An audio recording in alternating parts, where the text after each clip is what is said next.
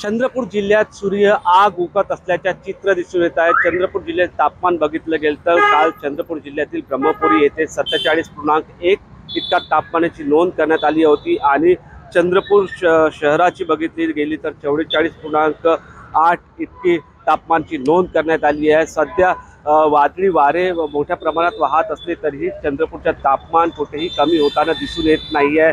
त्यामुळे जे नागरिक घराबाहेर पडत आहेत ते दुपट्टे आणि गॉगलचा वापर करत असल्याचे चित्र दिसून येत आहे। आज पुन्हा काही दिवस तरी ही उष्णतेची लाट असण्याची शक्यता वर्तवली जात आहे। ज्या प्रकारे तापमान वाढत आहे असं वाटत आहे की सूर्य आग उकत असल्याचे चित्र सध्या चंद्रपूर जिल्ह्यात दिसून येत आहे। त्यामुळे खबरदारी म्हणून जिल्हा प्रशासन आणि महानगरपालिका हाय अलर्ट मोडवरती आहे, कारण की उष्माघाताचे बळीची संख्या वाढू शकते। उष्माघाताचे जे पेशंट आहे ते रुग्णालयामध्ये दाखल होण्याची शक्यता वर्तवली जाते। त्यामुळे जिल्हा प्रशासन देखील पूर्ण तयारीत लागला असून हा तापमान पुन्हा काही दिवस तरी वाढण्याची शक्यता वर्तवली जात आहे। निलेश जहाट, TV9 मराठी, चंद्रपूर।